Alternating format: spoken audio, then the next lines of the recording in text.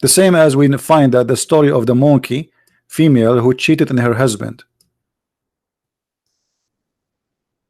And then the monkeys, who they are Muslims, obviously, they stone the monkey, as you see, which is, by the way, proven to be scientifically accurate. If you go to Philippines, you will see monkeys throwing coconut at each other. Obviously, this was a stoning, but because we are a Christian ignorant, we did not recognize that they are practicing Sharia law. Isn't it obvious that they are doing stoning? Hello? And this is why I advise you never ever marry a female monkey. As you see, they cheat. They are not lawful. And then what? After that, you have to force yourself and your friends to throw coconut at her, stoning her, because she did cheat on you. And not only that, the Muslim Abdul, who witnessed this incident, he said, I too stoned it along with them, brother. I mean, it must be a true story then, because he himself, he practiced stoning. I mean, come on. He added I too to make it sound for sure it's real. Me too, brother, I stoned it. And the monkey, by the way, they did not ask him, hey brother, you join us to stone them? To stone? You join the monkeys to stone the women? The female monkey? Can I join too?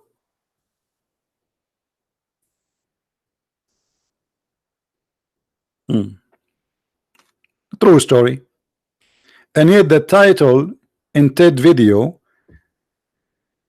using logic and science. And what is really funny about it is saying using logic. Look who's talking. A Muslim talking about using logic.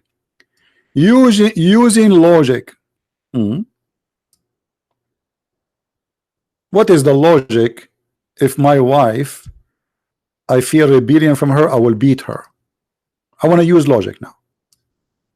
What is the logic of that?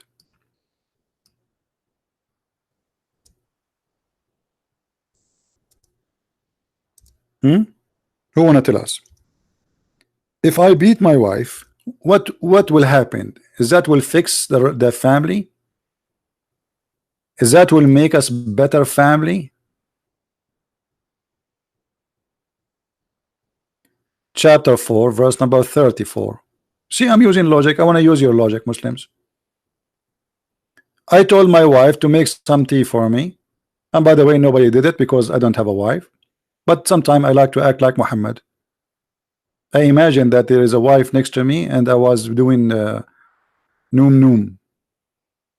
Then the hadith says the prophet, he imagined himself having sex, but in fact he did not.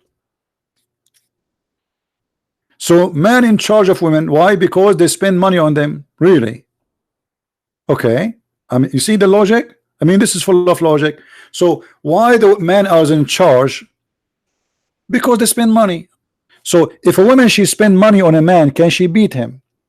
Can she be in charge?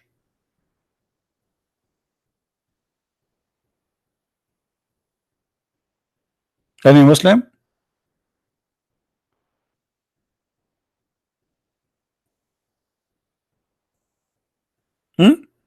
Hey wife, make some tea for me.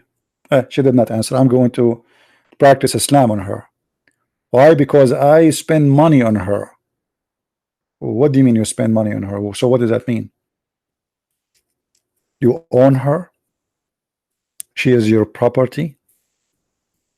And even if you spend money and even if you consider her as a property in your religion, why you want to beat her? And this is why Allah, he made one excel in the other of the one, because they spend of their property. So good women are the one who is obedient. Yeah, you obey, bow down in front. Actually, Muhammad, he says that good women, if she lick, what they call it in English, you know, if you have a pimple in your face and there's white thing coming from the pimple, what you call it? What we call it in English?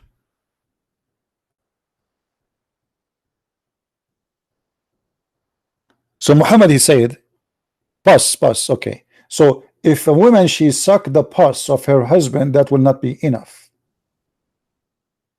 That's not enough. Even if the pus coming from his nose. Imagine. And Muhammad, he says, if I order someone to bow down to someone other than Allah, is going to be the women bowing down to her husband, and that will not be enough. Full control of women. Women is just nothing.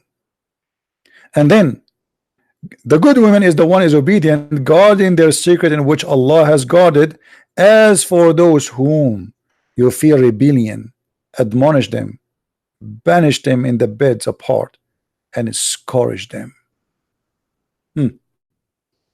Translation here is not truthful, because here it says وَهْجُرُوهُنَّ فِي الْمَضَاجِعِ, we mean jail them in their rooms. You will be jailed. Why? Because your husband told you, make some tea for me, and you did not do it fast. You see here it says, and those who you fear their rebellions. It's not women doing something wrong. Some Muslim, they will lie to you, says, oh, this is what, if your wife she cheat on you. In Islam, if a wife she cheat, the punishment is a stone into death. He took it from the Old Testament. And as you see here, and those, for those whom you fear rebellion, they did not even do rebellion yet. Like you said to your wife, make some tea for me, and she say okay, but she is not excited to do it for you. That you fear rebellion. So what do? Admonish them, jail them in bed, scourge them. I'm going to go to your logic, Abdul. What that will do is that will fix my family. So I use violence above my women, and that will make her obedient. And look carefully. Admonish them, banish them, and scourge them. And then if they obey you, seek not a way against them. So what the purpose? Why he want to beat you? To force you to obey. The purpose of the beating is to force you to be obedience. What kind of a family we are going to establish with this logic? That I beat my wife, and then she will make tea for me, and that will make us a healthy family. Who agree with this? Isn't it Jesus says that the man, he loved his wife the same as the Lord, he loved the church? There's no love in Islam for the wife. The wife is just a product, sexual product, servant. I spend money on you, I bought you.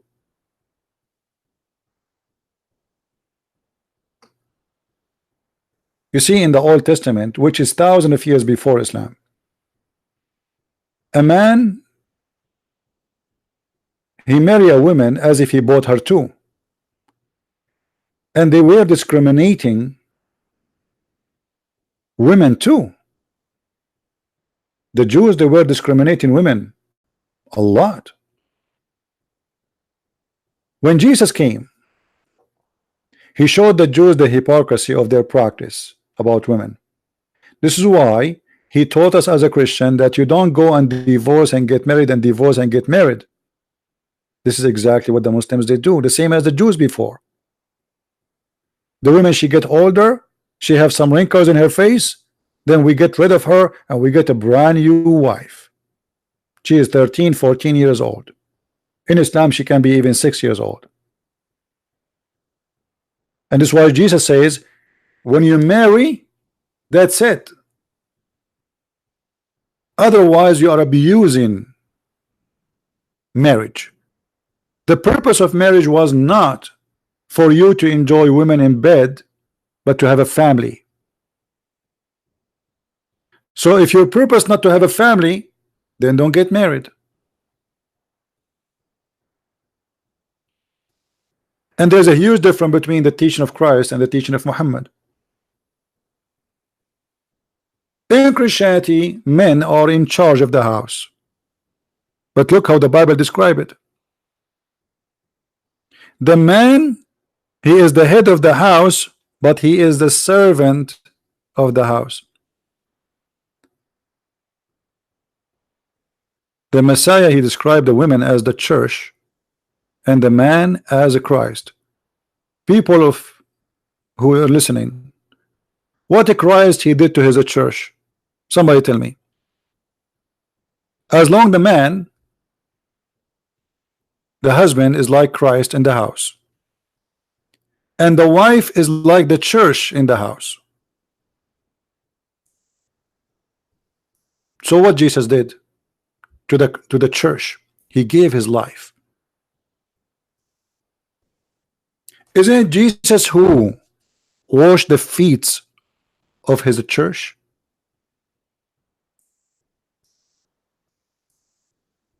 This is his church, the disciples. So the man is in charge in Christianity, but does not make him the lord of slaves.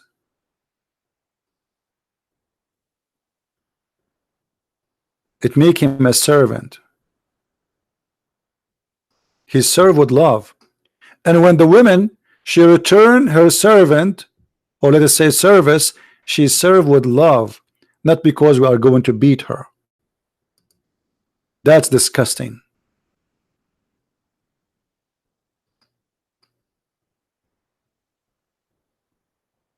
You see, even when you cook, imagine yourself, you are cooking for somebody and you don't like this person. Even your cook will not even be good. But if you are cooking to someone you love, it's going to be really delicious, because love is involved there. Even if it's nothing, even if the food is really nothing, it's not about what the food, it's going to be about how much love both of you have to each other. So if you have love, that love will make the food is, you know, spicy and delicious. Same as the house. The house of Islam, there's no love between man and women. Where is the love in this? Where is the love of the man for his wife? The man, he beat his wife. Okay, she love him now. After you did beat her and you scream at her and you jail her in her room, next morning what will happen? She loves you more. She's more addicted to your love.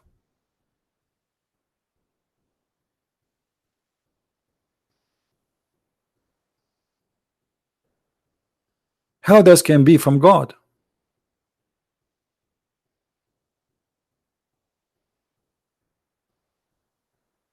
That is impossible.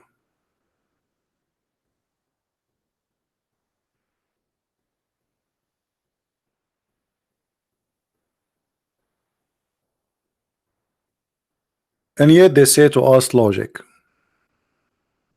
What is the logic that if I worship a God, his name Allah, I will get 72 versions, and each one of them I can see the marrow of her bones? What is the logic that in heaven there's a market, there's no buying nor selling in it except Playboy magazine?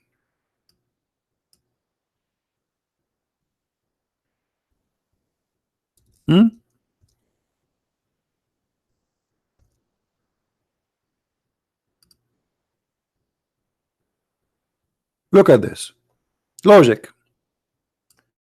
Indeed, I love it when Muhammad he say indeed. When Muhammad he say indeed, it's mean this is an indeed a stupid story.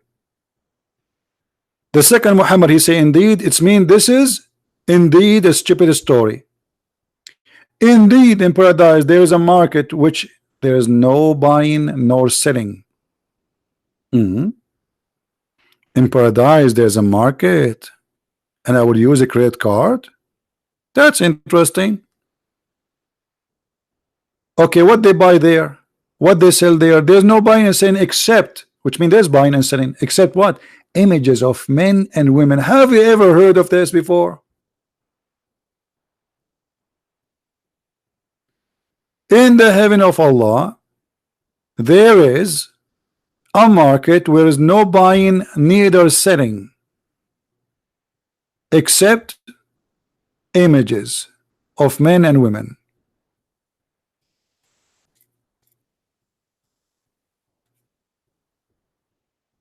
And admin, please don't post any links in the website, will lead to other website, because YouTube are trying to complain about those things. No Patreon, nothing. Don't post anything. Except for images of men and women. So whenever a man desire an image, he enter it. And you are talking about virtual sex. Here we go, you have it. You get inside the image and you have sex with it. And who is that customer? Did you guys notice the customer? The customer is a man, but the images are images of men and women, which means in Islam you will be in the heaven, you can be a gay. So in heaven there is images of men and women, and then the customer only is a man. Why the woman she cannot go to that mall and buy some pictures too? What if the woman she want to change her husband? She's bored of him. So the images is for men and women, but the customer is a man.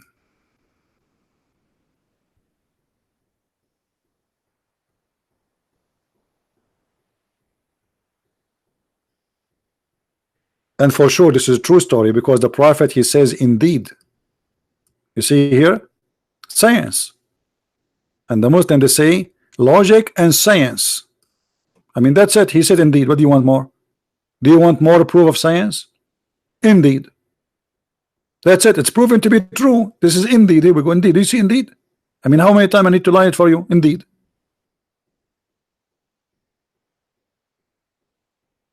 As long Muhammad he said indeed, it's mean even Mr. Beanie agree.